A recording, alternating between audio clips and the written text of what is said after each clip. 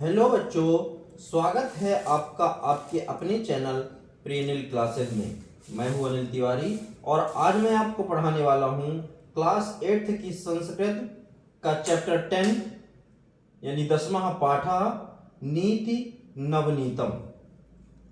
तो आइए सबसे पहले हम इस पाठ के बारे में जानेंगे कि इस पाठ में जो श्लोक दिए गए हैं वो कहाँ से दिए गए हैं, उन श्लोकों में किस चीज का वर्णन है, और इसके बाद हम श्लोकों का वाचन करेंगे, फिर उनके एक एक शब्दों का शब्दार्थ जानेंगे और फिर उसका भावार्थ जानेंगे। तो सबसे पहले इस पाठ के बारे में जानते हैं। तो प्रस्तुत पाठ मनुस्मृति के कतिपय श्लोकों का संकलन है जो सदाचार की दृष्टि से अत्यंत महत्वपूर्ण है। यहाँ माता पिता तथा गुरुजनों को आदर और सेवा से प्रसन्न करने वाले अभिवादनशील मनुष्य को मिलने वाले लाभ की चर्चा की गई है। इसके अतिरिक्त सुख दुख में समान रहना, अंतरात्मा को आनंदित करने वाले कार्य करना तथा इसके विपरीत कार्यों को त्यागना, सम्यक विचारोपरांत तथा सत्य मार्ग का अनुसरण करते हुए कार्य करना आदि शिष्टाचारों का उल्लेख भी किया गया है। तो आइए सबसे पहले पहला श्लोक इसका वाचन करेंगे और फिर इसका शब्दार्थ और भावार्थ जानेंगे। अभिवादनशीलस्य नित्यं वृद्धोपसेविनः चत्वारि तस्य वर्धन्ते आयुर्विद्या यशोबलम्। अभिवादनशीलस्य, अभिवादनशीलस्य मतलब दूसरों को प्रणाम करने वाले स्वभाव वाले व्यक्ति का, यानी जो दूसरों को प्रणाम करता है, अभिवादनशील है यानी दूसरों को प्रणाम करता है, नमस्कार करता है, ऐसा नित्यम, नित्यम यानी हमेशा, और वृद्धोपसेविनः, वृद्धोप यानी अपने बुजुर्गों की सेवा करने वाले व्यक्ति। चत्वारि तस्य वर्धन्ते, चत्वारि यानी चार चीजें, तस्य यानी उसकी, वर्धन्ते यानी बढ़ते हैं। क्या क्या बढ़ते हैं? आयुर्विद्या यशोबलम, आयुर यानी आयु, विद्या यानी विद्या, यशो यानी यश और बलम यानी बल। अभिवादनशीलस्य नित्यं वृद्धोपसेविनः चत्वारि तस्य वर्धन्ते आयुर्विद्या यशोबलम, अर्थात बड़े बूढ़ों को प्रणाम करने वाले व्यक्ति के और हमेशा बड़ों की सेवा करने वाले व्यक्ति की चार चीजें बढ़ती हैं: आयु, विद्या, यश और बल। ये हमेशा बढ़ती रहती है। ठीक है, नेक्स्ट श्लोक देखते हैं। यम माता पितरौ क्लेशम सहेते संभवे नृणाम न तस्य निष्कृति शक्या कर्तुम वर्ष शतैरपि। यम, यम मतलब जिस, माता पितरौ यानी माता और पिता, क्लेशम यानी कष्ट को, सहेते सहते हैं, संभवे यानी जन्म के समय, नृणाम यानी मनुष्यों के, न मतलब नहीं, तस्य यानी उसका, निष्कृति यानी निस्तार, शक्या यानी जा सकता, कर्तुम यानी किया, और वर्ष शतैरपि, वर्ष यानी साल, शतैः अपि यानी 100 वर्षों में भी।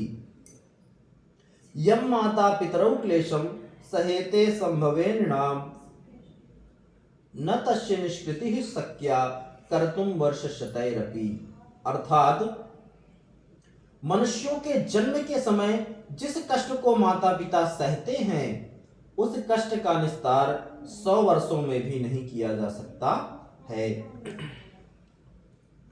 अगला श्लोक देखे हैं। तयोर नित्यं प्रियं कुर्यात् आचार्यस्य च सर्वदा तेष्वेव त्रिषु तुष्टेषु तपः सर्वं समाप्यते। तयोर नित्यम यानी उन दोनों का, किन दोनों का? यानी माता पिता का, प्रियम यानी भला, कुर्यात आचार्यस्य यानी कुर्यात यानी करना चाहिए, और आचार्य यानी गुरु का, च मतलब और, सर्वदा यानी हमेशा, तेष्वेव यानी उनमें ही, त्रिषु यानी तीनों में, तुष्टेषु संतुष्ट होने पर, तपः यानी तपस्याएं, सर्वम मतलब सभी, और समाप्यते यानी समाप्त हो जाती हैं। तयोर नित्यं प्रियं कुर्याद आचार्यस्य च सर्वदा, यहाँ पे ध्यान देना, कुर्यादाचार्यस्य, तो इसको एक साथ भी पढ़ सकते हैं और इसका संधि विच्छेद करके भी पढ़ सकते हैं। तयोर नित्यं प्रियं कुर्यादाचार्यस्य च सर्वदा तेष्वेव त्रिषु तुष्टेषु तपः सर्वं समाप्यते। अर्थात माता पिता का और गुरु का हमेशा भला करना चाहिए, क्योंकि उन तीनों के संतुष्ट होने पर हमारी सारी समस्याएं समाप्त हो जाती हैं। अर्थात हमें सारी मेहनत का फल मिल जाता है। यदि माता पिता और गुरु ये तीनों हम पर संतुष्ट हो गए तो हमारी सारी तपस्याएं, सारे सब कुछ समाप्त हो जाता है, हमारी सारी मेहनत का फल इनसे मिल जाता है। आइए अब अगला श्लोक देखते हैं। सर्वं परवशं दुःखं सर्वमात्मवशं सुखं एतद्विद्यात् समासेन लक्षणं सुख दुःखयोः।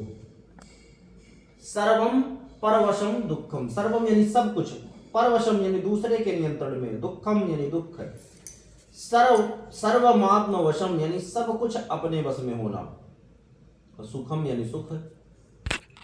एतद् विद्यात् समासेन यानी यह संक्षिप्त रूप में जानना चाहिए। लक्षणम यानी लक्षण, सुख दुःखयोः यानी सुख और दुख का। सर्वं परवशं दुःखं सर्वमात्मवशं सुखम एतद् विद्यात् समासेन लक्षणम सुख दुःखयोः। अर्थात दूसरों के नियंत्रण में होना सब कुछ दुख है और अपने नियंत्रण में होना सब कुछ सुख है। सुख और दुख का यह लक्षण संक्षिप्त में जानना चाहिए। अगला श्लोक देखते हैं। यत कर्म कुर्वतोष्य स्यात् परितोषोऽन्तरात्मनः तत्प्रयत्नेन कुर्वीत विपरीतं तु वर्जयेत्। यत कर्म यानी जो कार्य, कुर्वतोष्य यानी करते हुए, स्यात् परितोषोऽन्तरात्मनः यानी अंतरात्मा की संतुष्टि के लिए, तत्प्रयत्नेन यानी वह कोशिश करके, कुर्वीत यानी करना चाहिए, विपरीतम यानी इसके विपरीत, तू यानी तो, वर्जयेत यानी त्याग देना चाहिए। यत कर्म कुर्वतोष्य स्यात् परितोषोऽन्तरात्मनः तत्प्रयत्नेन कुर्वीत विपरीतम तु वर्जयेत। अर्थात जो कार्य करते हुए अंतरात्मा की संतुष्टि हो उस कार्य को करना चाहिए, और इसके विपरीत जिसमें अंतरात्मा संतुष्ट ना हो उस कार्य को त्याग देना चाहिए। आइए अब अगला श्लोक देखते हैं। दृष्टिपूतं न्यसेत् पादं वस्त्रपूतं जलं पिबेत् सत्यपूतां वदेद् वाचं मनःपूतं समाचरेत्।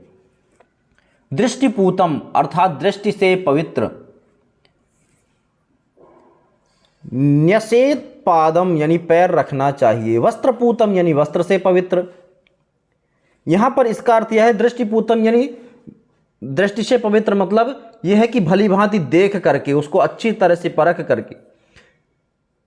वस्त्रपूतम यानी वस्त्र से पवित्र, यानी कि कपड़े से छानना जिसको बोलते हैं हम लोग। जलम यानी जल, पिबेत यानी पीना चाहिए।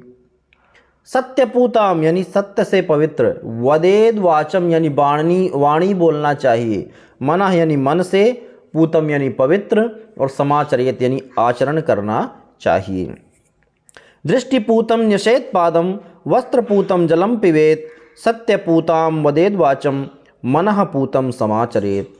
अर्थात दृष्टि से पवित्र यानी भली भांति देख करके पैर रखना चाहिए, वस्त्र से पवित्र यानी कपड़े से छानकर जल पीना चाहिए, सत्य से पवित्र यानी सच्ची वाणी बोलना चाहिए, और मन से पवित्र यानी अच्छे आचरण करना चाहिए।